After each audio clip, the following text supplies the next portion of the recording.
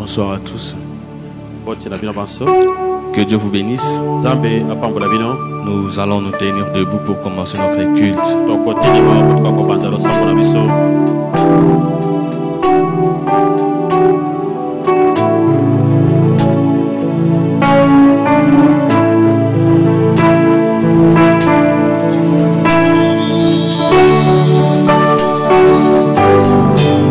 Quel sauveur merveilleux je possède. Il s'est sacrifié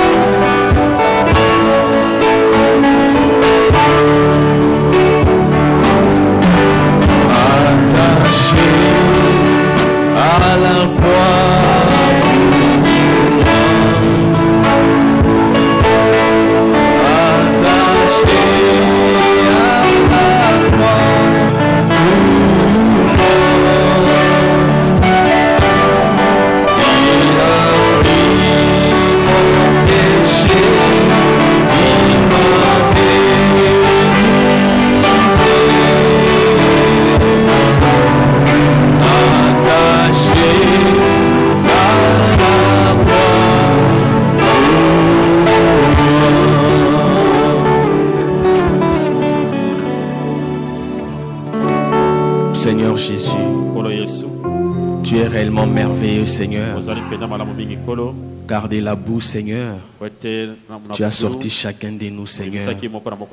Et par ta grâce, Seigneur Jésus, tu nous as rachetés, Seigneur. Tu ne nous as pas seulement rachetés, mais tu nous as aussi donné, Seigneur, notre héritage perdu, Seigneur, la parole qu'Adam avait perdu au commencement, l'autorité, Seigneur du Tout-Puissant, afin que nous puissions, Seigneur, vivre à la hauteur de nos privilèges. Seigneur Dieu Tout-Puissant, aide-nous, oh Dieu, à manipuler cette parole, car cette parole nous appartient. Devant l'ennemi, Seigneur, quand l'ennemi vient avec les critiques, quand l'ennemi vient, Seigneur, avec les calomnies, quand l'ennemi vient, Seigneur, avec toutes sortes d'esprits, Seigneur, nous voulons présenter la parole, parce que c'est la parole que tu nous as donnée comme arme pour vaincre l'ennemi. Jésus était puissant, mais devant les diables, il a appliqué la parole.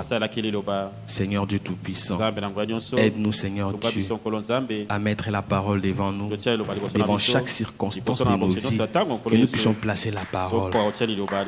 Père éternel, nous voulons nous attacher à toi, Seigneur, car tu es la source de vie. Seigneur Dieu, à qui d'autre irions-nous, au Dieu d'amour? C'est toi qui as les paroles de la vie. Et nous l'avons compris, Seigneur.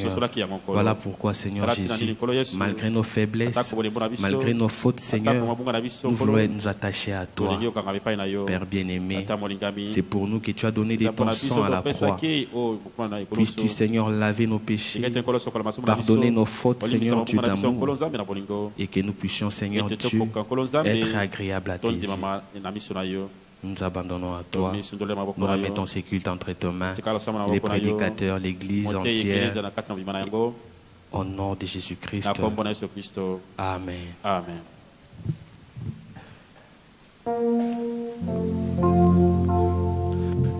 J'ai trouvé en Jésus l'ami qui est toute chose pour moi. C'est le plus beau d'entre 10 000 mon âme. Il est le lys de la vallée et en lui seul je trouve ma purification et ma guérison. Oh oui, en les bons dans les peines, appris dans les tourments, il m'invite à lui confier chaque souci. Alléluia, la brillante étoile du matin.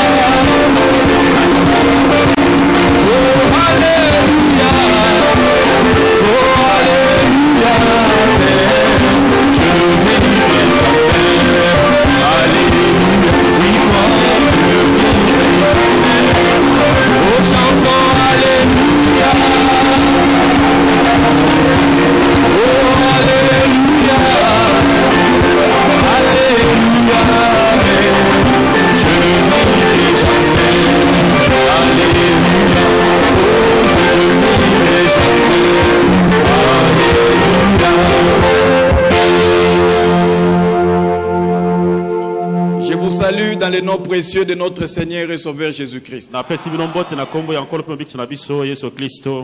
Je remercie le Seigneur Jésus-Christ, notre Dieu, qui nous a permis de nous réunir ce soir autour de sa parole. Que son nom soit béni.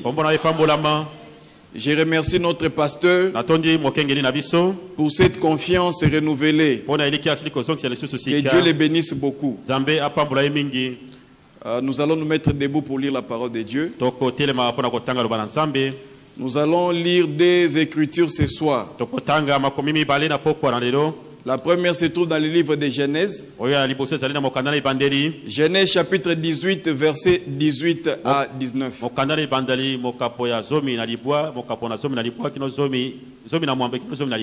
Ensuite, nous allons prendre dans Joël chapitre 2, versets 23 à 27.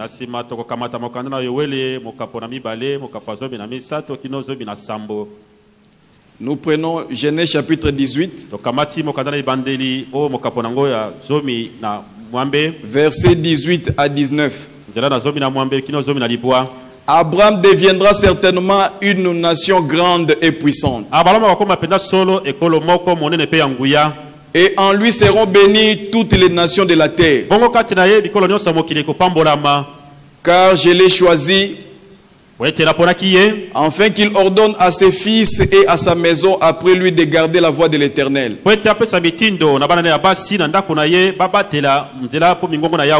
en pratiquant la droiture et la justice, et qu'ainsi l'Éternel accomplisse en faveur d'Abraham les promesses qu'il lui a faites. Joël chapitre 2, versets 23 à 27.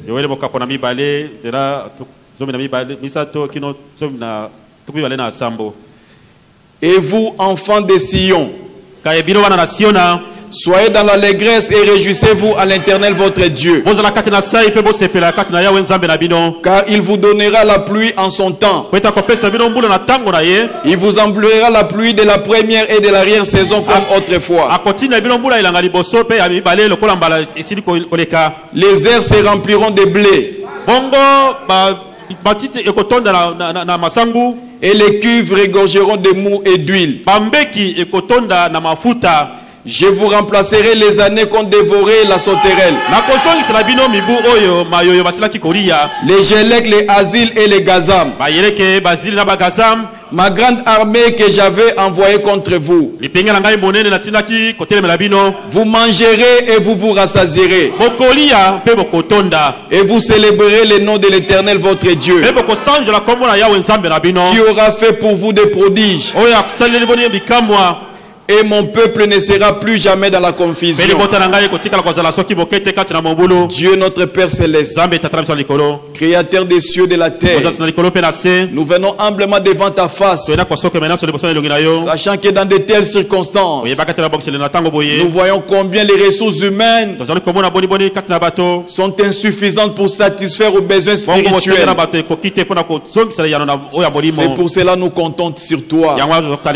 La parole a été lue. Laisse que toi, le grand Saint-Esprit, qui a écrit cette parole, descend sur la scène, puisse parler à tes enfants. Écarte l'homme du chemin, que toi seul tu puisses parler, parce que ta parole donne la vie, la parole de l'homme donne la mort. Bénis mon frère qui m'interprète, je le recommande entre tes mains. Bénis toute l'église, éternel notre Dieu, du début jusqu'à la fin, que tout soit pour ta gloire et pour ton honneur.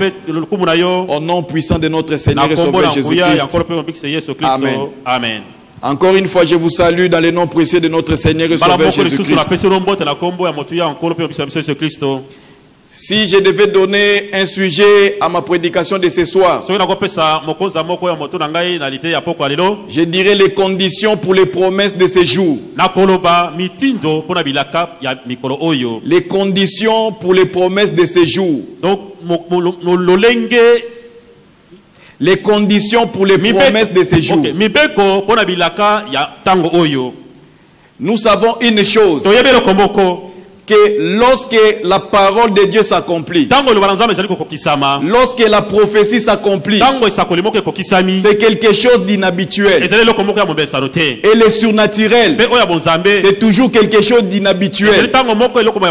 Voilà pourquoi lorsque Dieu accomplit sa parole, cela provoque toujours une attraction. Les gens viennent de gauche et de droite parce que Dieu a accompli sa parole. Les gens viennent de nord et du sud, de l'est et de l'ouest, pour voir la parole de Dieu que Dieu a accomplie. Mais remarquez une chose, tous les gens qui viennent, ils ne viennent pas dans le même objectif, ils ne viennent pas dans le même but. Il y a des gens qui viennent seulement par curiosité pour voir qu'est-ce qui se passe.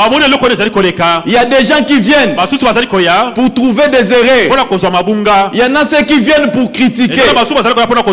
Mais il y a un petit nombre qui comprennent la chose que Dieu a accomplie, qui comprennent le programme de Dieu.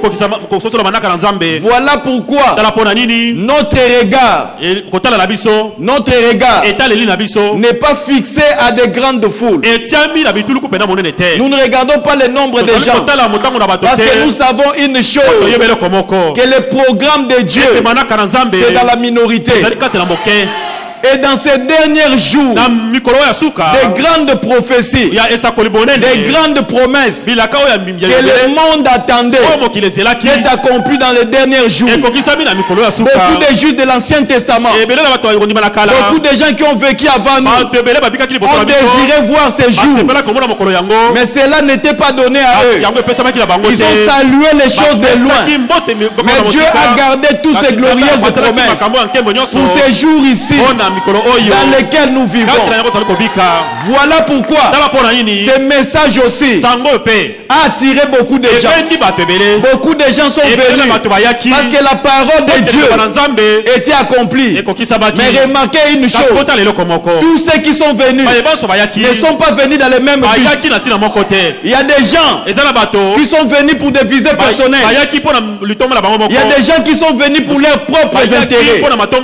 Il y a aussi des gens qui sont venus pour voir des fautes. Il y a aussi des gens qui sont venus pour critiquer. Mais il y a un petit nombre qui a compris. Et nous croyons que vous êtes de ces petits nombres-là. Et nous nous sommes heureux. Parce que la Bible dit, ne craignez rien petit troupeau. Parce que votre Père a trouvé bon de vous donner le royaume.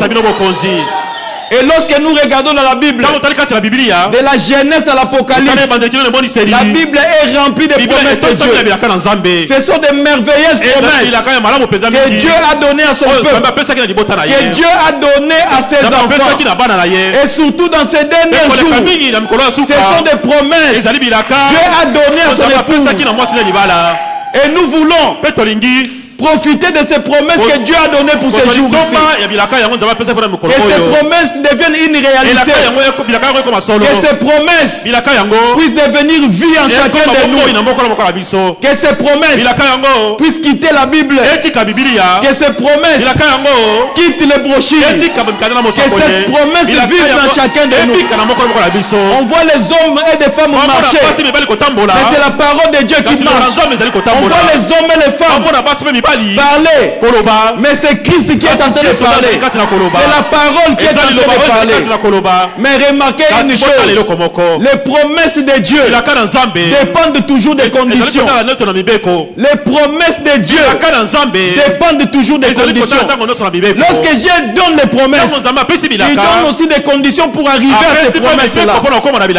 Mais les promesses, les problèmes avec l'homme, il a les yeux seulement fixés dans les promesses.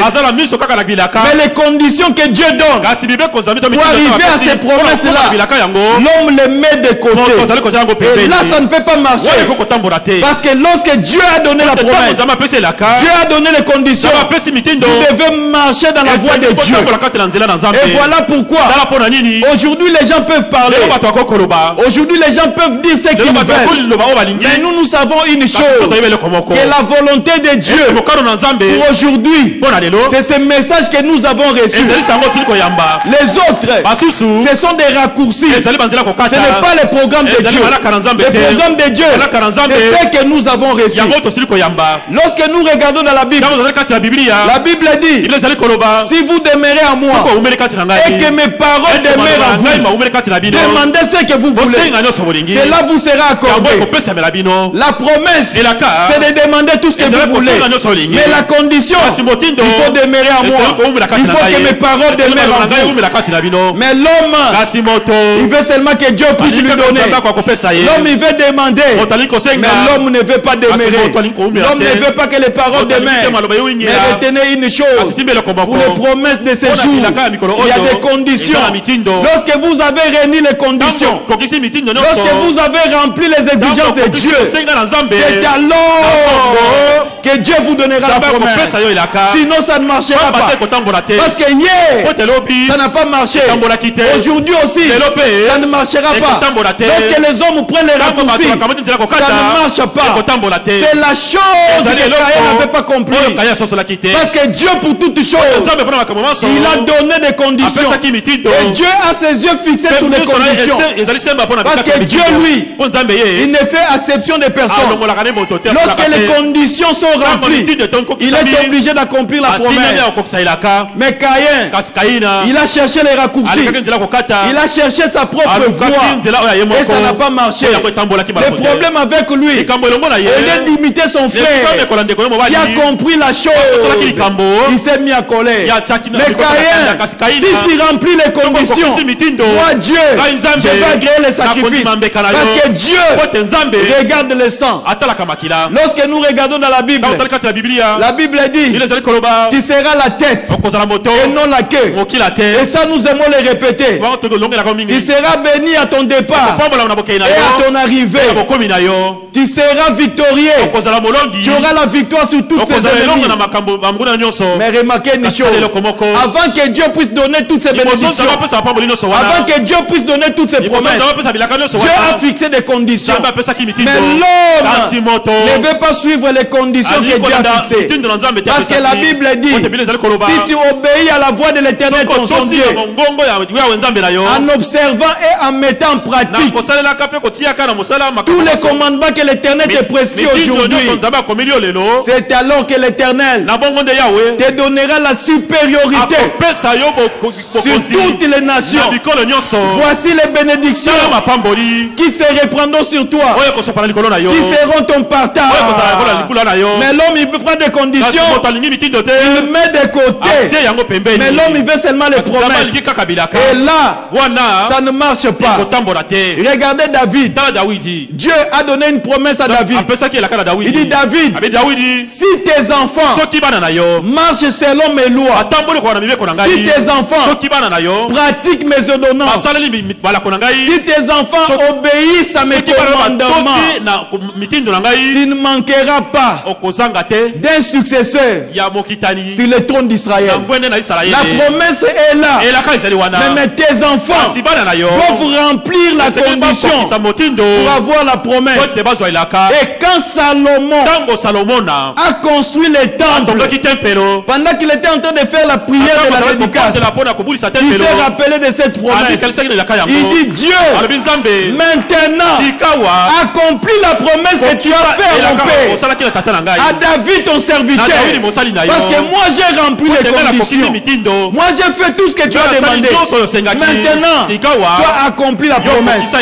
Lorsque l'homme a rempli les conditions, lorsque l'homme a rempli les exigences de Dieu, Dieu est obligé de vous donner la promesse. Parce que Dieu, il ne peut pas mentir. La Bible dit il n'est pas un homme pour mentir, ni un fils de l'homme pour se repentir. Lorsque Dieu promet, il est obligé de réaliser. Lorsque Dieu promet, il est obligé d'accomplir.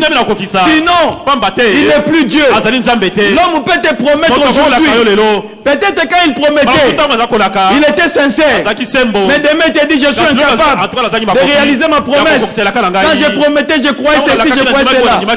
Mais Dieu, lorsqu'il promet, il est obligé d'accomplir la promesse. Sinon il n'est plus Dieu. Parce que les hommes changent, les temps changent, les âges changent, les dispensations changent. Mais Dieu ne change pas. Dieu ne peut pas changer. Lorsqu'il le promet, il accomplit la promesse.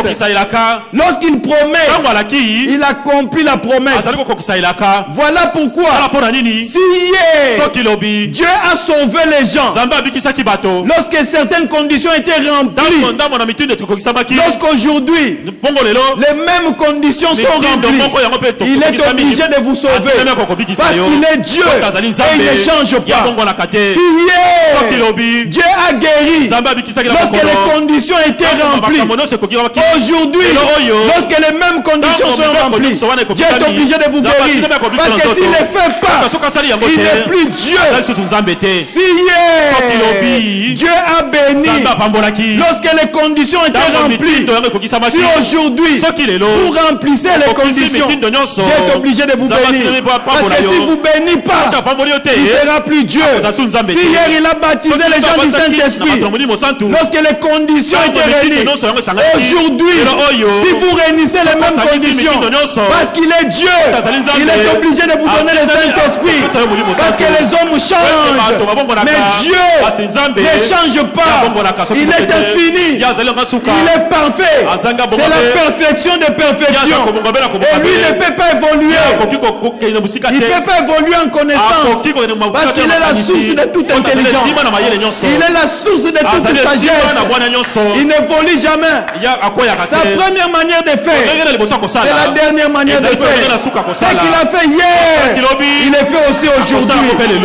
Ce sont les hommes qui changent, mais Dieu, lui, ne change pas. Sa première manière de faire, c'est sa dernière manière de faire. Je suis dans la prédication, l'absolu, prêché le 30 décembre 1962. Paragraphe 77. Les promesses de Dieu dépendent toujours des conditions. Les promesses de Dieu dépendent toujours des conditions. Vous devez absolument, peu importe combien vous êtes fondamentaliste à la promesse, il y a toujours des conditions. Comme nous pourrions nous arrêter ici et parcourir l'écriture d'un bout à l'autre pendant des heures, et nous verrions que la condition est ce qui importe. Voilà la chose qui est importante pour Dieu, c'est la condition, et Dieu a seulement les yeux fixés sur la condition. Et aussi longtemps vous ne rencontrez pas Dieu dans la condition qu'il a fixée, ça ne peut pas marcher, parce que Dieu a donné la promesse, il a fixé aussi les conditions pour obtenir la promesse.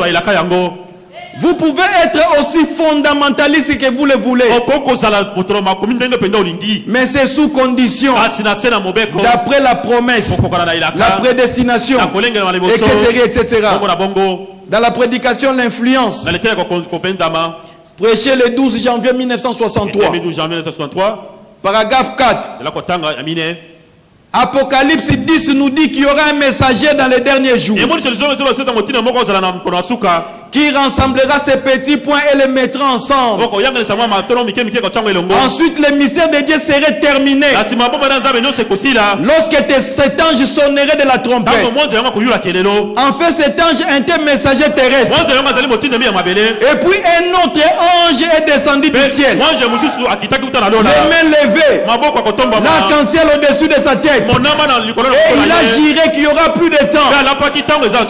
Un ange qui a juré en voyant ces choses se matérialiser. Oh, combien nous devions être sincères. Écoutez ce que les prophètes disent. Toutes les promesses de Dieu sont vraies, parce que Dieu ne ment jamais. Lorsqu'il dit c'est la vérité, la Bible c'est la vérité, le message c'est la vérité. Lorsque Dieu dit, il est obligé d'accomplir. Toutes les promesses de Dieu sont vraies, mais elles sont sous condition. Peu N'importe combien nous sommes fondamentalement dans les vrais, nous devons les aborder de la façon correcte. Eh bien, les hommes peuvent être fondamentalement dans les vrais et néanmoins manquer de recevoir les bénédictions de Dieu parce qu'ils se prennent mal.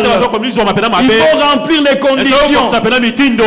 Remarquez une chose, lorsque les chefs de l'armée syrienne était envoyé chez le prophète Élisée pour guérir de sa lèpre, il est venu jusque devant la maison où habitait le prophète Élisée. Lui il pensait que le prophète Élisée allait sortir, imposer les mains et prier pour lui. Mais à sa grande surprise, le prophèet Élisée n'est pas sorti. Le prophète Élisée envoie un messager, allez dire à Naaman pour son problème. Il n'a pas besoin qu'on lui impose les mains. Il n'a pas besoin qu'on prie pour lui. Mais qu'il va dans les eaux du Jourdain, qu'il puisse se laver 7 fois. Lorsqu'il aura accompli ces conditions, il sera purifié de sa lèpre. Posons-nous la question aujourd'hui. Si Naaman avait refusé d'obéir à ce que le prophète avait dit, il n'allait jamais obtenir sa guérison. Pour Naaman, il fallait les eaux du Jourdain. Même s'il allait dans une autre rivière, ça ne pouvait pas marcher. Même dans les eaux du Jourdain, une seule fois n'allait pas suffire. 2 fois n'allait pas suffire. Il fallait plonger 7 fois. Et lorsque Naaman plongeait la 7e fois, la lèpre est partie parce qu'il avait rempli les conditions. Regardez les enfants d'Israël. Lorsqu'ils devaient prendre la ville de Jéricho, ils pensaient peut-être qu'il fallait tirer des lances. Ils pensaient peut-être qu'il fallait tirer des armes. Dieu a dit non. Ici ce n'est pas ça. Moi je donne les conditions. Vous remplissez seulement les conditions. Que les sacrificateurs prennent l'arche de l'alliance. Prenez les trompettes. Vous allez commencer à tourner la ville. Et les enfants d'Israël, les premiers jours ils ont tourné une fois et ils se sont reposés. Le deuxième jour ils ont tourné. Le 7e jour il fallait tourner 7 fois. Et pendant que vous tournez la 7e fois, que les trompettes sortent, que les enfants d'Israël poussent les cris. Lorsque les trompettes ont commencé à sonner, que les enfants d'Israël ont commencé à pousser des cris, Dieu a regardé. Oh, les enfants ont rempli les conditions. Comme ils ont rempli les conditions, moi je suis satisfait et je donne la promesse. Et le miracle de Jéricho a commencé à s'écouler. Le miracle de Jéricho s'est écoulé. Pourquoi? Parce qu'ils ont rempli les conditions. Lorsqu'on remplit les conditions, Dieu est obligé de vous donner la promesse. Mais retenez une chose, Dieu a promis à Israël, je vous bénirai. Israël devait être béni. Mais la condition, il fallait être dans sa patrie. Parce qu'en dehors de sa patrie, il n'y a pas de bénédiction pour Israël. Lorsqu'un Israélite quitte la patrie, William Branham dit il est condamné. Abraham a quitté la patrie, il était condamné. Pourquoi? Parce que les bénédictions pour Israël, c'est lorsqu'ils sont dans leur patrie. Et notre patrie aujourd'hui, c'est le message de l'air que Dieu nous a donné. En dehors de ces messages, il n'y a pas de bénédiction pour nous. En dehors de ces messages, nous ne pouvons pas obtenir des promesses. Parce que notre patrie, c'est ces messages. Voilà pourquoi le monde prospère, les dénominations prospèrent, mais nous ne pouvons pas les suivre. Nous ne pouvons pas faire comme eux. Parce que nous, les promesses se trouvent dans ces messages. Lorsque nous remplissons les conditions, Dieu est obligé de nous donner ces promesses. Remarquez une chose, Élie et Élisée. William Branham dit que Élie et Élisée, c'est le type de Christ et de l'église. Élie représente Christ. Et Élisée représente l'église.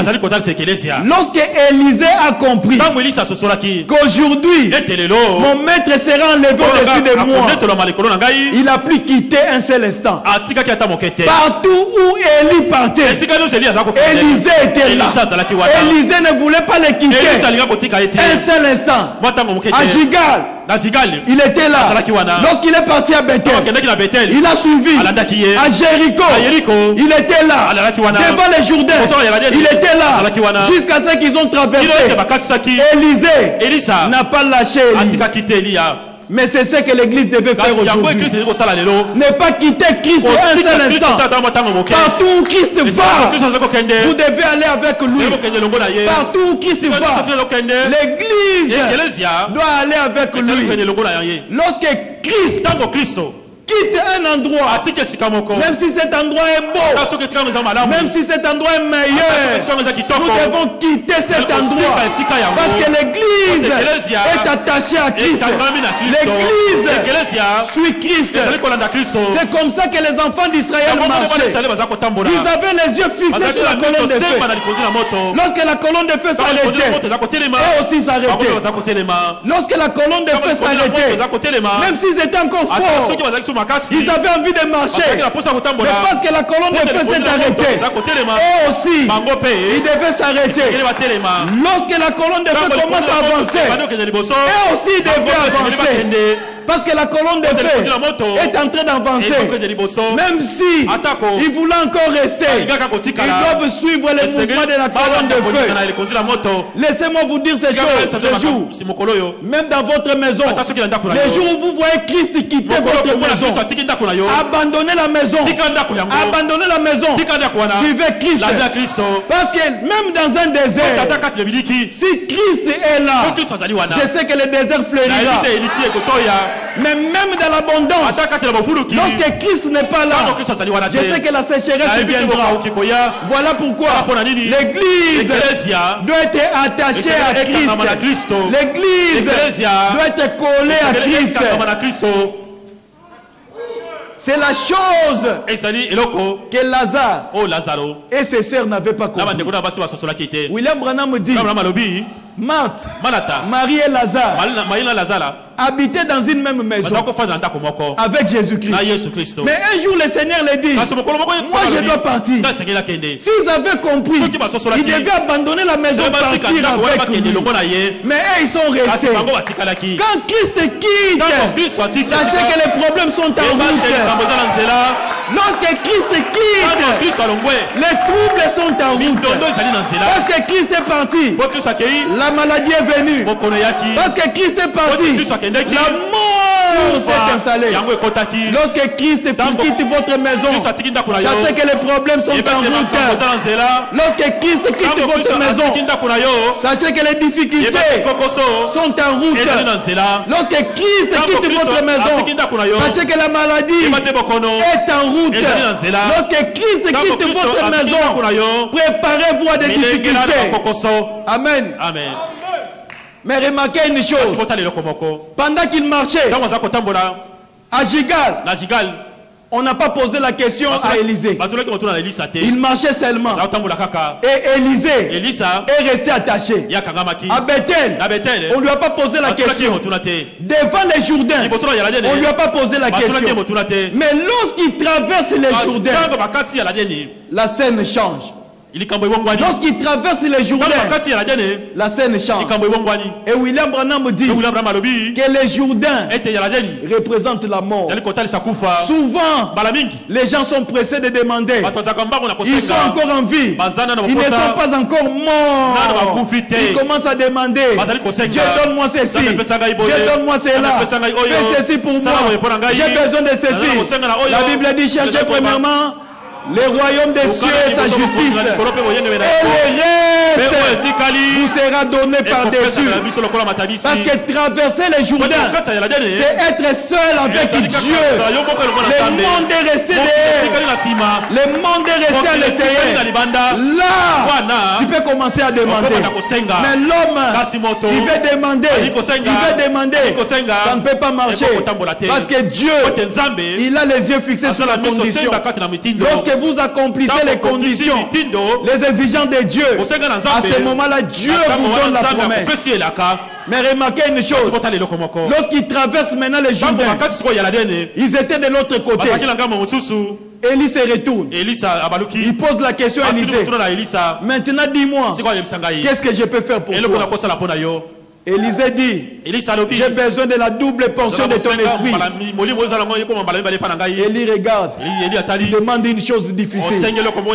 Mais si tu me vois partir, la chose difficile que tu demandes te sera accordée. Si tu remplis les conditions, mais vois quand je partirai, je te donnerai la chose que tu demandes. Mais remarquez une chose, depuis ce moment-là, Élisée a fixé ses regards sur Élie. Il ne quittait plus un seul instant. Pourquoi? Parce qu'il a voulu avoir quelque chose. Il voulait obtenir la promesse. Il fallait rester fidèle aux conditions. Sinon, il rate la promesse. Le problème de l'église aujourd'hui, l'église qui devait avoir les yeux fixés sur Christ, l'église est en train de regarder ailleurs. L'église regarde les hommes. L'église regarde les credos. L'église regarde ailleurs. Et là, l'église ne peut pas voir la promesse. Pourquoi? Parce que la condition, les yeux devaient rester fixés sur Élie. Et aujourd'hui, nous devons garder les yeux fixés sur Christ. Parce que c'est ça la condition pour avoir les promesses. L'homme ne te donnera pas les promesses. L'homme ne fera rien pour toi. Gardez les yeux fixés sur Christ. Gardez les yeux fixés à la parole. Gardez les yeux fixés dans ce message. Mais remarquez une chose, pendant que Élisée était en train de marcher avec Élie, les fils des prophètes, les fils des prophètes venaient pour les décourager. Parce que les fils des prophètes, ils voulaient que lui puisse rater la promesse. Mais Élisée savait la chose qui poursuivait. Dieu nous a donné de merveilleuses promesses. Dieu nous a donné les glorieuses promesses. Mais le diable ne veut pas que nous puissions avoir les promesses que Dieu nous a données. Et le diable vient pour nous décourager. Laissez-moi vous dire ce soir que la guérison divine nous appartient, que le Saint-Esprit nous appartient, toutes les bénédictions qui se trouvent dans la parole nous appartiennent. Mais qu'est-ce que le diable vient? Le diable vient nous décourager et nous dit c'est vil profond. La guérison divine. Oh, mais c'était à l'époque des apôtres. Aujourd'hui, Dieu ne peut pas guérir. Le Saint-Esprit, c'était à l'époque des apôtres. Aujourd'hui, ça n'existe plus. Les bénédictions, c'était pour Abraham.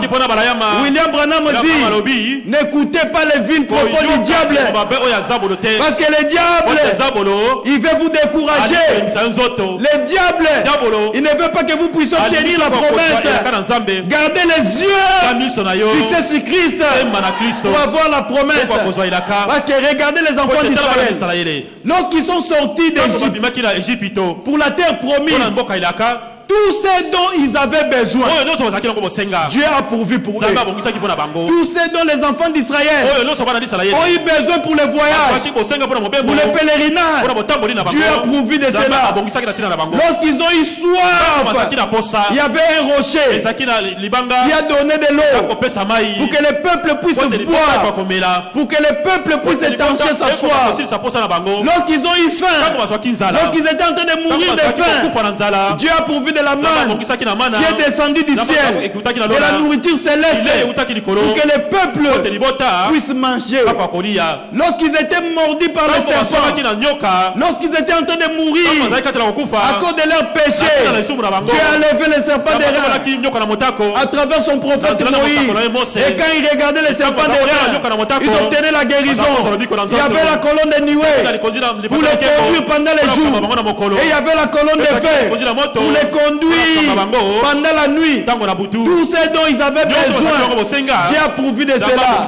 Mais lorsque Christ meurt sur la croix, lorsque Christ meurt sur la croix, il y a une table qui est dressée pour l'église. Lorsque Christ est mort sur la croix, il y a une table que Dieu a dressée pour l'église. Et toutes les bénédictions rédemptrices pour lesquelles Christ est mort se trouvent sur cette table. Tout ce que l'église a besoin pour ses voyages se trouve sur cette table. La guérison divine se trouve sur cette table. Le Saint-Esprit se trouve sur cette table. Les dons spirituels se trouvent sur cette table. Les bénédictions se trouvent sur cette table. La joie, l'amour, la paix se trouvent sur cette table.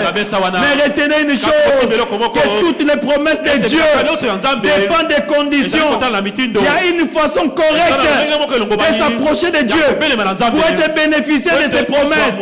Il faut s'approcher de Dieu de la bonne manière pour être bénéficiaire de ses promesses. Je suis dans la prédication de la dislocation du monde. Prêché le 15 novembre 1963. Paragraphe 143. Eh bien, vous voyez que Dieu a promis de satisfaire à tous nos besoins. C'est dont nous avons besoin pendant ce pèlerinage. Et c'est vrai. L'Assemblée dit Amen. Mais rappelez-vous, il ne les satisfait que sous condition. Il nous faut d'abord remplir sa condition. Si nous ne remplissons pas sa condition, il ne va pas remplir notre condition. Parce que le problème c'est quoi? Dieu a déterminé ses conditions. Mais l'homme rejette les conditions de Dieu. L'homme amène ses propres conditions. Et là, ça ne marche pas. Dieu dit fais ceci. L'homme dit moi je ne fais pas ça. Moi je ferai cela. Mais lorsque Dieu voit que vous avez rempli des conditions, c'est alors qu'il est obligé de vous donner la promesse. Si nous ne remplissons pas sa condition, il ne va pas remplir notre condition. Il nous faut d'abord faire ce qui est correct. Descendre dans la fondation et bâtir. C'est exact. Nous ne pouvons pas commencer par le sommet puis descendre. Il nous faut descendre à la fondation pour bâtir. Allons à la fondation. Eh bien, il remplira notre condition. Toutes ces promesses sont sous condition. Je suis à la prédication, messieurs, nous voulons voir Jésus. Prêché le 4 mars 1964. Paragraphe 45. Et de même, les bénédictions de ces derniers jours appartiennent à l'église. Les bénédictions de ces derniers jours appartiennent à l'église. Mais c'est sous condition. Vous devez remplir ces conditions. Sinon, vous pouvez faire toutes sortes de réunions de guérison. Des réunions où l'on crie. Des réunions de louanges. Des réunions pour les fruits. Des réunions pour parler en langue. Et ça ne vous servira absolument à rien. Vous devez remplir la condition de Dieu. Lorsque les conditions ne sont pas remplies, vous pouvez gêner comme vous voulez. Vous pouvez crier comme vous voulez. Vous pouvez prier comme vous voulez. Dieu ne regarde regarde pas ça. Parce qu'il y a des conditions que Dieu a fixées. Il y a une voie que Dieu a tracée. Il faut marcher selon la voie de Dieu. Et lorsque Dieu verra ça, c'est à ce moment-là qu'il accomplira la promesse. Pourquoi? Parce que c'est comme une semence. Une semence pourrait produire. Il y a des conditions. Lorsque les conditions ne sont pas réunies, la semence ne peut pas se reproduire. La semence ne peut pas croître. La première condition, il faut que la semence puisse avoir la vie. Parce que lorsqu'il n'y a pas la vie dans la semence, peu importe si vous préparez la terre comment, vous pouvez mettre des fumiers comme vous voulez, la semence ne va jamais se reproduire. Pourquoi? Parce qu'il n'y a pas la vie. Mais remarquez une chose, même si la semence a la vie, cela ne suffit pas. Parce que lorsque vous prenez la semence, vous placez dans les sables, ça ne peut pas se reproduire. Parce que les sables ne peuvent pas permettre à la semence de reproduire. La semence a besoin de l'eau. La semence a besoin d'être arrosée. William Branham dit, il faut une quantité suffisante d'humidité. Il faut une quantité suffisante d'humidité pour que la semence puisse se reproduire. Et la parole, c'est ça la semence. Mais permettez-moi de vous dire que la parole seule ne suffit pas. Il faut que l'esprit puisse ajouter à la parole pour que la parole puisse être vivifiée. Lorsque l'esprit et la parole sont ensemble, c'est alors que les promesses peuvent se manifester. Lorsque l'esprit et la parole marchent ensemble, c'est alors que nous pouvons obtenir les promesses. Il faut une bonne atmosphère pour que les promesses de Dieu puissent se manifester. William Branham dit que l'attitude correcte, l'attitude mentale correcte vis-à-vis de la promesse fera que la promesse puisse s'accomplir. Lorsque l'attitude n'est pas correcte, la promesse ne peut pas s'accomplir. Parce qu'il y a beaucoup de gens qui sont dans ces messages, ils ne croient même pas au message. Il est dans les messages, mais il croit aux hommes. Il dit bon, moi, j'attends seulement ce que toi tu vas me dire. Ce que toi tu vas me dire, c'est ce que je vais faire. Il n'a pas sa foi dans les messages. Il a mis sa foi dans un homme. Et là, ça ne peut pas marcher. Parce que ceux qui ont obtenu les promesses, ils ont crié à la parole de Dieu. Ils ont crié aux promesses. Et c'est alors que les promesses sont devenues réalité.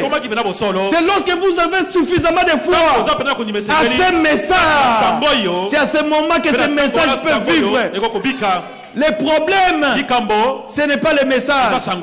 Les problèmes, c'est nous. Les problèmes, c'est nous. Le message ici, il est glorieux. Mais nous ne pouvons pas vivre à la hauteur de nos privilèges. Ce message est venu pour que nous soyons des hommes étranges.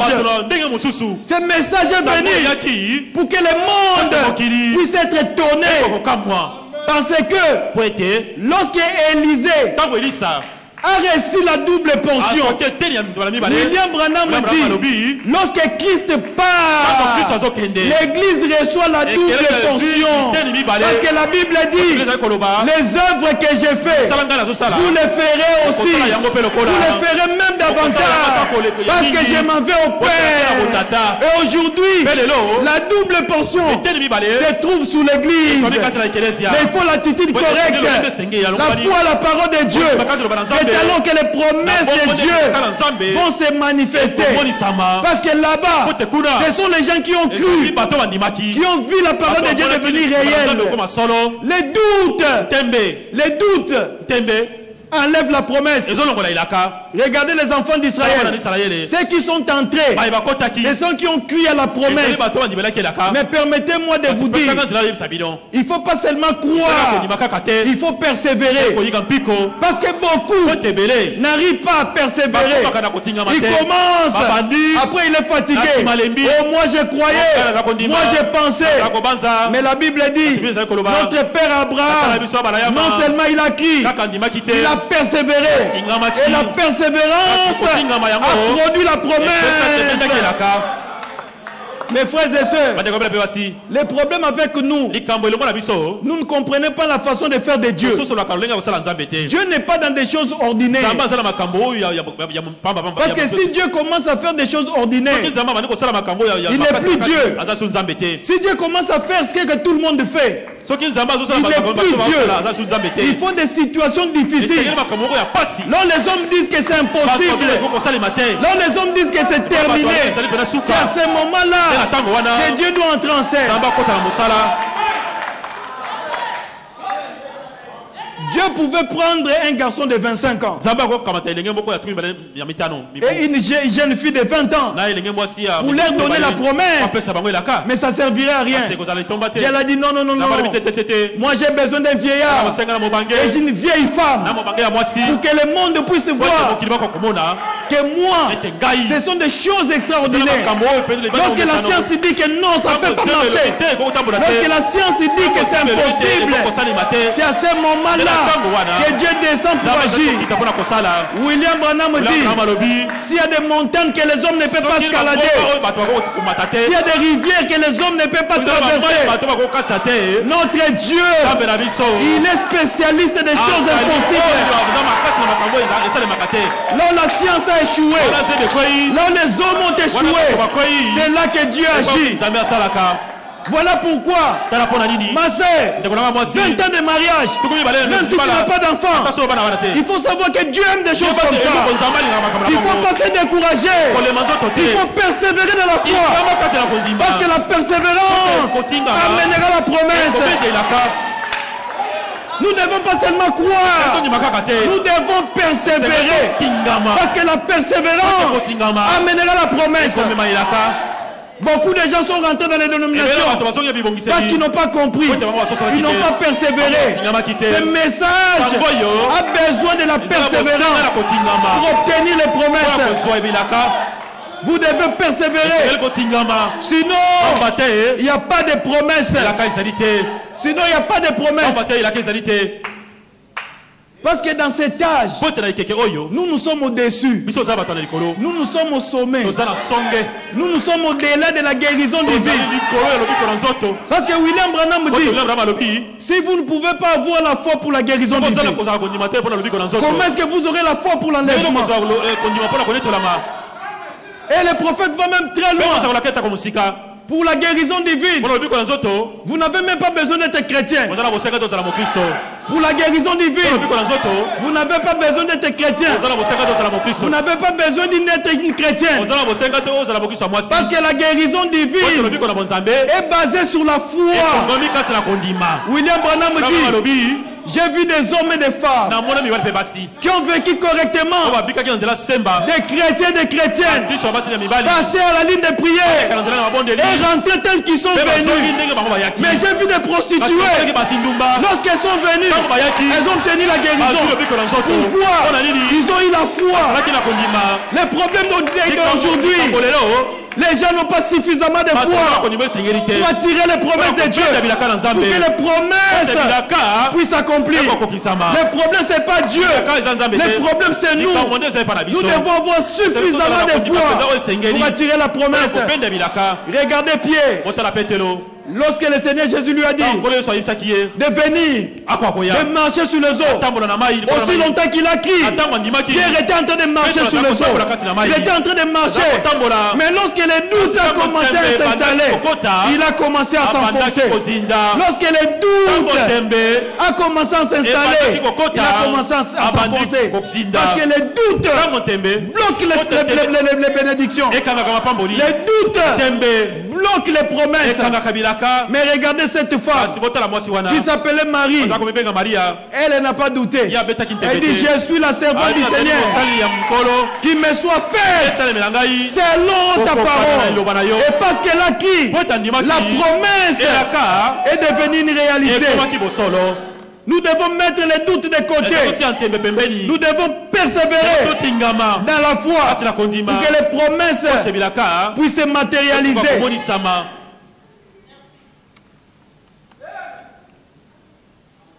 Je suis dans la prédication La foi parfaite. Prêché le 25 août 1963. Paragraphe 111. Paragraphe 111. Mais Jésus vivait dans un monde que personne ne connaissait. Voilà le problème avec nous. Nous devons entrer dans ce monde dans lequel le Seigneur Jésus vivait. Cela a fait qu'il soit un homme mystique.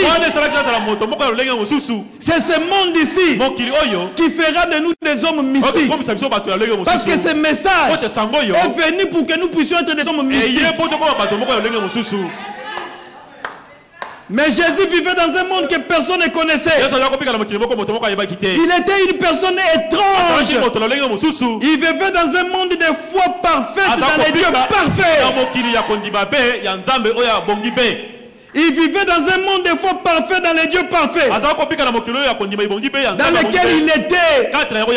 Mais écoutez, si nous vivions comme des chrétiens avec une foi parfaite, nous serions des mystiques pour le monde. Les gens ne vous comprendraient pas. Vous marcheriez dans l'esprit. Ce que l'esprit dirait, vous le feriez. Ce qu'il interdirait, vous ne le feriez pas. Alors les gens commenceraient à dire, vous seriez une personne mystique pour eux. C'est ainsi pour tous les croyants. Ils sont des mystiques. Les gens ne les comprennent pas parce qu'ils vivent dans un monde à eux. Voilà, il y a un monde pour les croyants. Lorsque vous entrez dans ce monde-là, pour le monde, vous devenez étrange. Vous devenez une personne mystique. Vous ferez des choses qui vont étonner les gens. C'est ça le secret que le prophète nous donne dans cette prédication. La foi parfaite. C'est ainsi pour tous les croyants. Ils seront des mystiques. Les gens ne les comprennent pas parce qu'ils vivent dans un monde à eux. Jésus vivait dans ce monde que personne d'autre ne pouvait toucher. Les disciples ne pouvaient pas les comprendre. Quand il leur parlait, il disait ensuite, tu parles par énigme. Nous ne comprenons pas ceci. Comment cela peut-il être? Voyez-vous, il n'était pas dans le monde dans lequel il vivait. Il ne pouvait pas les comprendre. Personne ne pouvait les comprendre. Ainsi, quand un homme vit par la foi et marche par la foi, je veux dire la foi en tant que substance, il est isolé du monde entier et devient une nouvelle créature en Christ. Maintenant, vous arrivez dans la matière pour l'épouse. Ça, ce n'est pas pour le monde. Ça, c'est pour l'épouse. Lorsque nous arrivons dans ces choses, nous entrons dans la matière pour l'épouse. Voyez-vous, maintenant, vous arrivez dans la condition nécessaire pour l'enlèvement. Cela veut dire que chacun d'entre nous, pas seulement les pasteurs, les diacres, tous les administrateurs, mais aussi les laïcs, chaque individu marche dans un monde avec Dieu seul. Vous êtes baptisés dans ce royaume et il n'y a personne là si ce n'est vous et Dieu. Voyez-vous, il donne les ordres et vous les exécutez. Quoi qu'ils disent, il n'y a nulle part l'ombre de doute. Vous continuez votre marche. Si le Seigneur dit ceci, il n'y a personne au monde qui puisse vous en dissuader. Vous continuez à avancer de la même façon. Maintenant, vous arrivez à cette foi parfaite, une parfaite perfection qui ne peut pas faillir. Cette foi-là ne faillit jamais. Oui, il était un mystique pour eux avec la foi parfaite. C'est comme ça maintenant. Ceux qui ont la foi parfaite sont des mystiques pour les autres.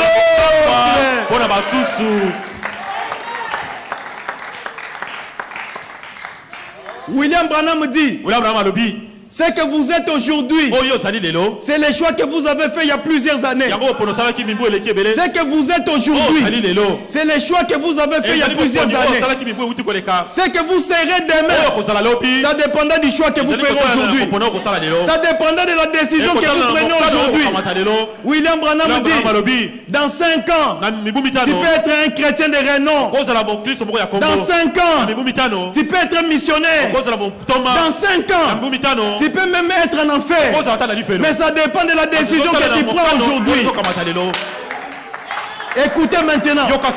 Maintenant que nous avons écouté que les promesses de Dieu dépendent toujours des conditions. Que lorsque Dieu donne des promesses, il donne aussi des conditions pour arriver à ces promesses-là. Et nous savons que dans ces derniers jours, il y a des glorieuses promesses que Dieu a données à son époux. La question est posée. Quelle église nous voulons être? Quelle église nous voulons être? Quel genre d'hommes et de femmes que nous voulons être? Parce que la parole de Dieu, c'est la vérité. Les messages, c'est la vérité. Les promesses de Dieu sont réelles, mais elles dépendent toujours des conditions. Maintenant vous, quel genre d'hommes et de femmes que vous voulez être? Parce qu'il y a une promesse pour le temps de la fin. Où la Bible parle de la restauration. William Branham dit que l'église devait retrouver sa gloire qu'elle avait au commencement. Quelle est la gloire que l'église avait au commencement? Il y avait la puissance de Dieu dans l'église. Il y avait le Saint-Esprit dans l'église. Le Saint-Esprit agissait. Le Saint-Esprit travaillait. Il y avait des visions. Il y avait des prophéties. Il y avait des parler à langue. Il y avait la présence de Dieu. Cette église devait revenir dans les derniers jours. Et cette promesse-là, c'est pour nous qui avons crié dans ces messages. Parce que la Bible dit, je restaurerai ce que les asiles a dévoré, ce que les Gaza vont dévorer, ce que la sauterelle a dévoré, je restaurerai. C'est cette église qui devait revenir dans les derniers jours. Mais retenez une chose, que les promesses de Dieu dépendent toujours des conditions. William Branham dit, Branham Tabernacle, vous voulez être une église qui va attirer les autres. Voilà le conseil que je vous donne. Que chaque personne vienne à l'autel et se mette en règle avec Dieu. Mettez-vous en règle avec Dieu. Faites la paix avec votre voisin. Laissez des querelles. Laissez les idioties. Laissez les disputes. Alors Dieu va accomplir ses promesses. Vous serez une église qui attirerait le monde entier. Est-ce que nous aussi, nous pouvons prendre cette décision? Parce que les promesses de Dieu dépendent toujours des conditions. Si nous venons à l'autel, nous nous mettons en règle avec Dieu. Nous faisons la paix avec notre voisin. Nous mettons des querelles à côté. Nous serons une église qui attirera le monde entier. Parce que les promesses de Dieu dépendent toujours des conditions. Dieu a ses yeux fixés sur les conditions. Lorsque les conditions sont accomplies, Dieu est obligé de vous donner ses promesses. Regardez les apôtres, des hommes pauvres. Ils étaient tellement consacrés à Dieu. Ils étaient tellement abandonnés à Dieu que Dieu pouvait les utiliser. Mais le problème avec nous sommes devenus négligents. Nous sommes devenus des paresseux. Mais remarquez une chose, Dieu ne peut pas faire la même chose avec vous qu'il a fait avec les apôtres. Si vous ne voulez pas vous consacrer de la même manière, Dieu ne fera pas. La Bible dit, et il persévérer dans la prière. Il persévérer dans les enseignements. Est-ce que nous aujourd'hui, nous pouvons prendre la décision de persévérer? Oh Dieu, laisse-nous persévérer dans ces messages. Que les hommes ne puissent pas nous éloigner. Nous avons compris que ce message, c'est ça la volonté de Dieu pour aujourd'hui. Oh Dieu, laisse-nous persévérer dans ces messages pour obtenir ces promesses. Et il persévérer dans la prière. Mais nous nous sommes devenus des paresseux, nous sommes devenus des négligents, est-ce que nous pouvons prendre la décision ce soir de persévérer dans la prière? Vous êtes en train de prier, même à genoux, fatigué, vous vous levez, vous continuez à prier, vous êtes fatigué, vous couchez par terre, vous continuez à prier, jusqu'à ce que le sommeil vous emporte, même dans les rêves, vous continuez à prier. Nous avons besoin de la persévérance pour que les promesses de Dieu puissent s'accomplir. C'est comme une voiture.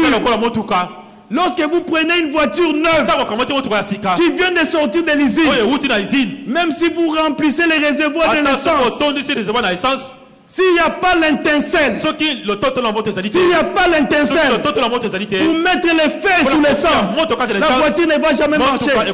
La voiture restera toujours sur place.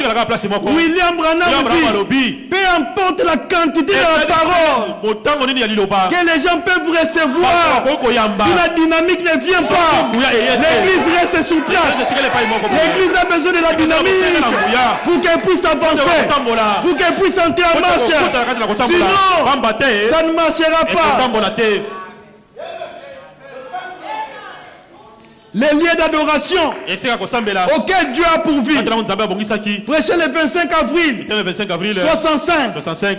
Paragraphe 81. Quel bon que soit l'enseignement que nous recevons, quelque correct que soit notre foi, combien nous disons que la Bible est vraie et combien nous croyons qu'elle est vraie dans sa totalité. Il faut nécessairement que la dynamique soit là, l'intincelle pour allumer cette parole, pour la faire démarrer. C'est indispensable. Sinon, l'église reste immobile, la voiture reste immobile, vous restez immobile. Vous aurez beau dire je suis d'accord, j'en crois chaque parole, il vous faut avoir quelque chose pour provoquer l'intincelle, pour mettre les faits à ces 100% d'octave, afin de faire avancer la grande église de Dieu. Il faut avoir la dynamique avec la mécanique. La mécanique c'est très bien, mais il manque la dynamique. Je pense c'est ce qui ne va pas dans l'église aujourd'hui.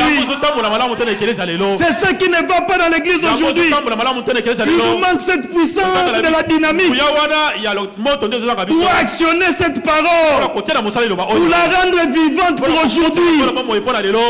Martin Luther avait la mécanique et la dynamique à son époque. John Wesley les avait pour son époque à lui. Les pentecôtistes les avaient pour leur époque. Qu'en est-il de notre jour? Ça c'est une autre époque. Eh bien l'église devait être en pleine maturité maintenant, prête à aller à la rencontre de Christ, avec la manifestation de toutes les bénédictions qu'il a promises dans la Bible, agissant dans un même grand corps dans lequel il a promis de rencontrer les gens, d'être adoré dans cette glorieuse église qui est la sienne. Je suis en train de terminer. Il y avait un homme dans la Bible. La Bible n'a pas beaucoup parlé de lui. Seulement dans 2 versets de la Bible. Dans Juge chapitre 3 verset 31. Dans Juge chapitre 3 verset 31. Et dans Juge chapitre 5 verset 6. Mais lorsque le prophète a lu ces 2 versets avec les yeux de l'aigle, il a vu ce que cet homme a fait. Il a commencé à parler de cet homme dans plusieurs prédications. Il a parlé de lui. Cet homme, il s'appelait Shamgar. Shamgar, il a vécu à l'époque des juges.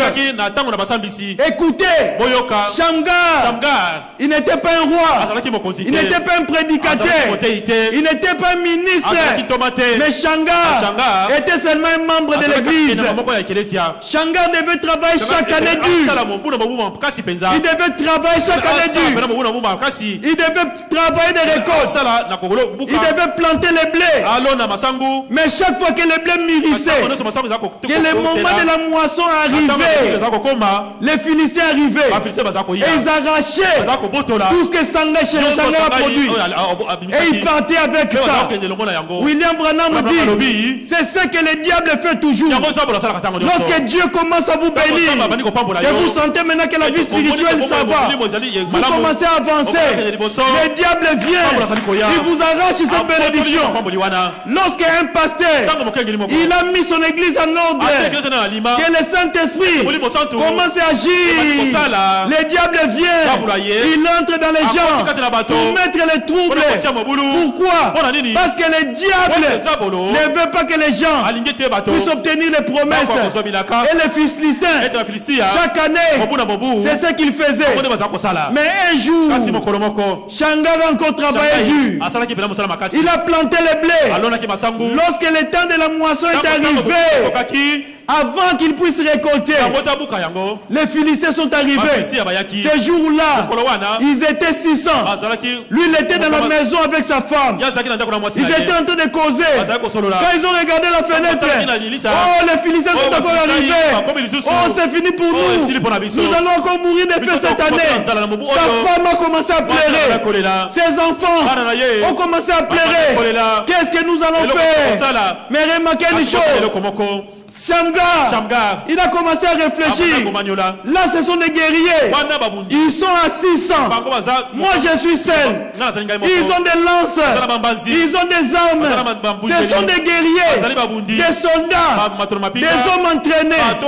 Mais moi, je n'ai jamais pu m'entraîner. Je ne sais pas comment me battre. Je ne sais pas me défendre. Mais qu'est-ce que je vais faire? Retenez une chose.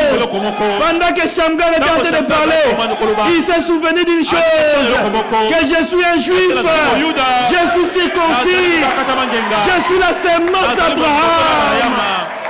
Il y a une promesse, que Dieu a donné à notre Père Abraham, que ta postérité possédera le pont de ses ennemis. Shamgar, il s'est rappelé de cette promesse. La colère a commencé à augmenter. L'onction est descendue. Shamgar s'est levé.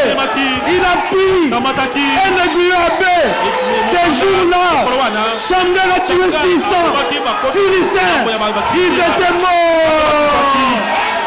Écoutez maintenant, Shamgar, c'était la sémence naturelle, la sémence royale d'Abraham. C'est vous, c'est moi. Nous sommes la sémence royale d'Abraham. Et nous aussi, nous devons posséder le pont de nos ennemis. Les promesses pour ces temps, ça nous appartient. La guérison divine, c'est pour nous. Le Saint-Esprit, c'est pour nous. Mais nous devons nous lever, prendre le courage pour réclamer nos promesses. Parce que les promesses que Dieu a données, c'est pour nous, c'est pour vous, c'est pour moi, en tant qu'Église. Parce que les promesses de Dieu, lorsque vous avez satisfait les conditions, Dieu est obligé de vous donner les promesses. Que Dieu vous bénisse.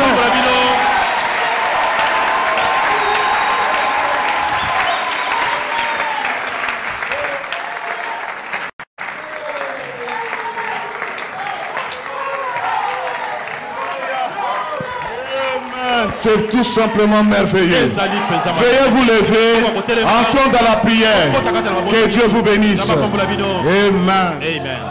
Chaque promesse dans le livre est mienne. Chaque chapitre, chaque verset, chaque ligne. Oui, je crois son amour divin. Chaque promesse dans les livres miens. Oui, chaque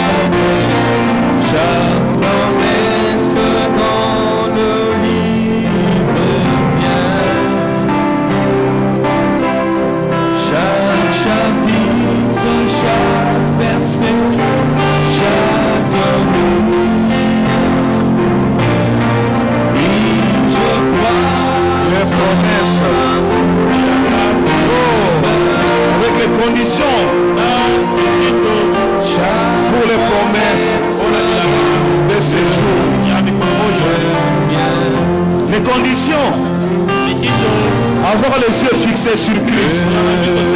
Le temps est plein de transit. Les conditions.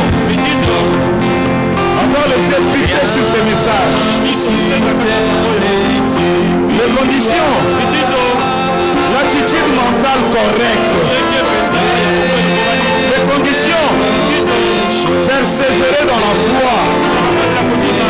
Oh mon Dieu.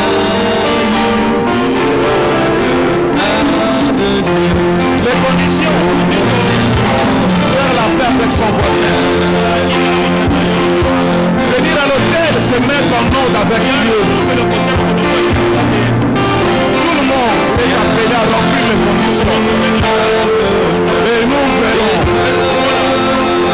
comment Dieu nous bénira. Comment Dieu concrétisera sa promesse. Alléluia. Oh, c'est merveilleux. Fais-nous grâce, Seigneur.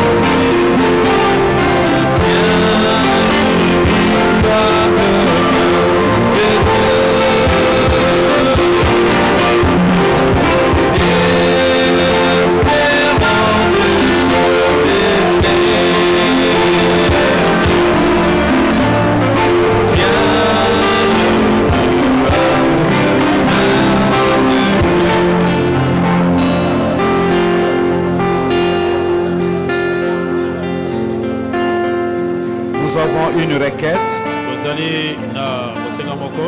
La sœur Fanny Ngalula demande aux frères et sœurs de l'église des élus de prier pour son frère Justin, qui se trouve actuellement à l'hôpital aux soins intensifs, à cause d'une anémie sévère au point qu'il a perdu presque tout son sang.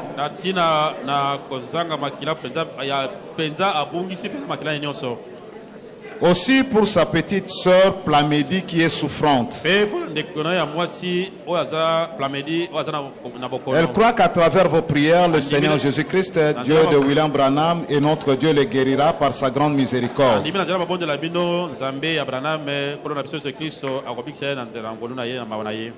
Prions le Seigneur. Dieu bien-aimé, nous voulons te rendre grâce ce soir et te dire tout notre amour. Nous voulons te rendre grâce ce soir et te dire merci, car tu as nourri nos âmes par ta parole.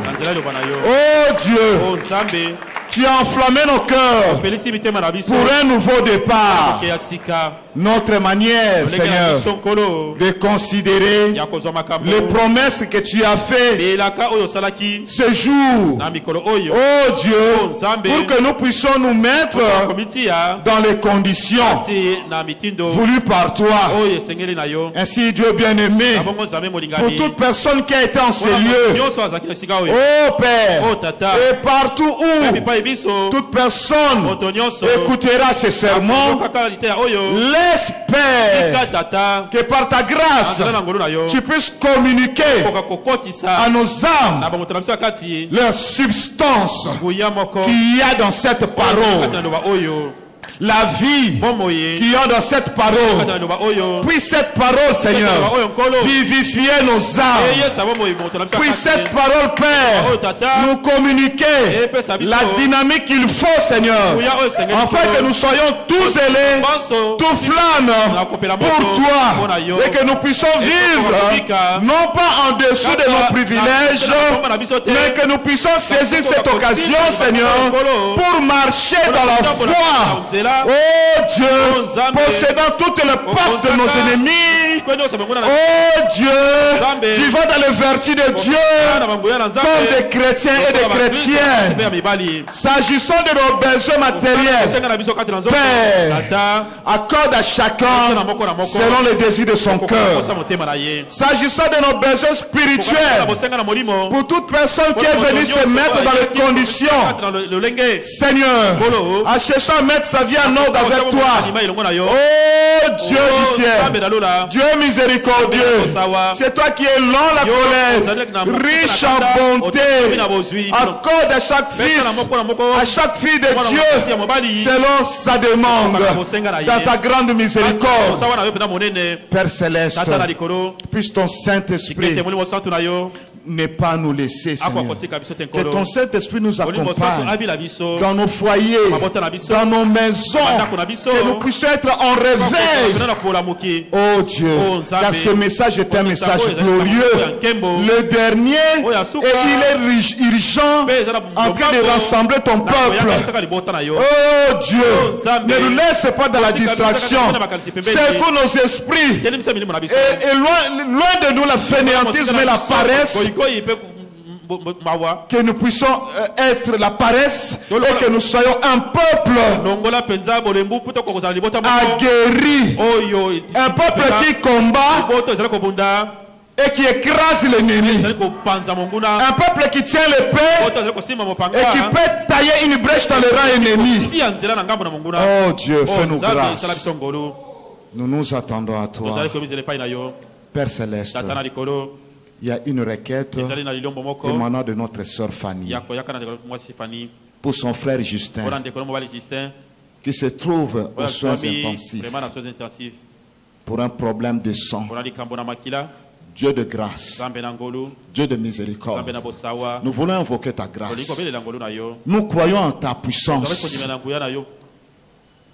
Fais que dans ton amour, dans ta grâce, là où se trouve le frère de notre sœur Fanny, Que ta puissance puisse descendre là-bas et le guérir. Au nom de Jésus-Christ, nous te le demandons, Père.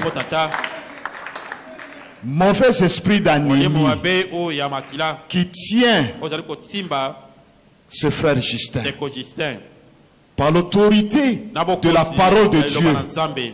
Nous défions cet esprit au nom de Jésus-Christ. Qu'il soit rétabli, qu'il sorte de l'hôpital pour la gloire du Seigneur Jésus-Christ et pour la victoire acquise à Golgotha. Dieu bien-aimé, elle a aussi sa petite soeur Plamedi qui est souffrante.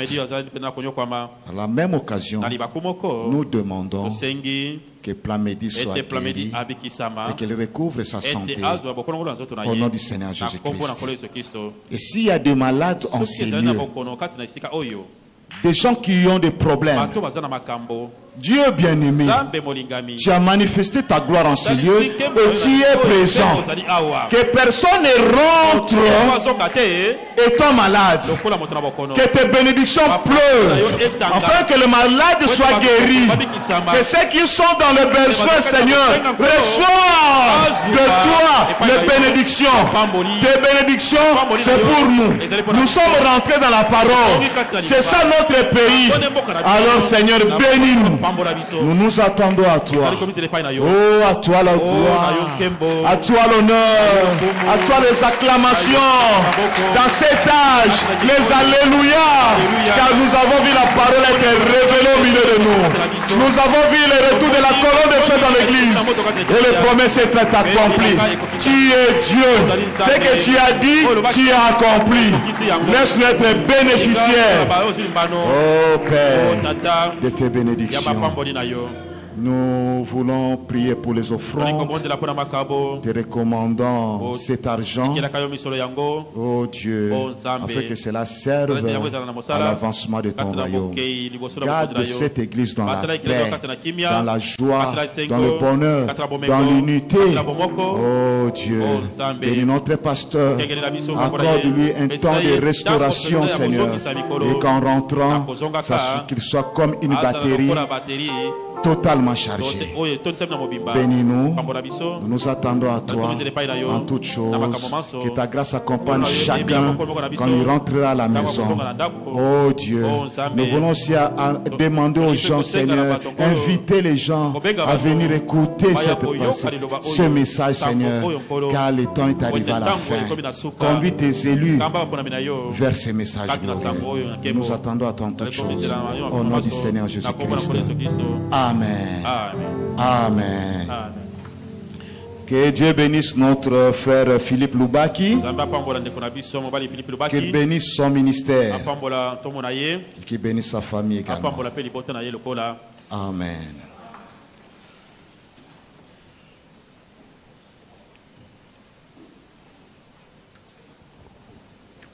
Quel ami fidèle est ton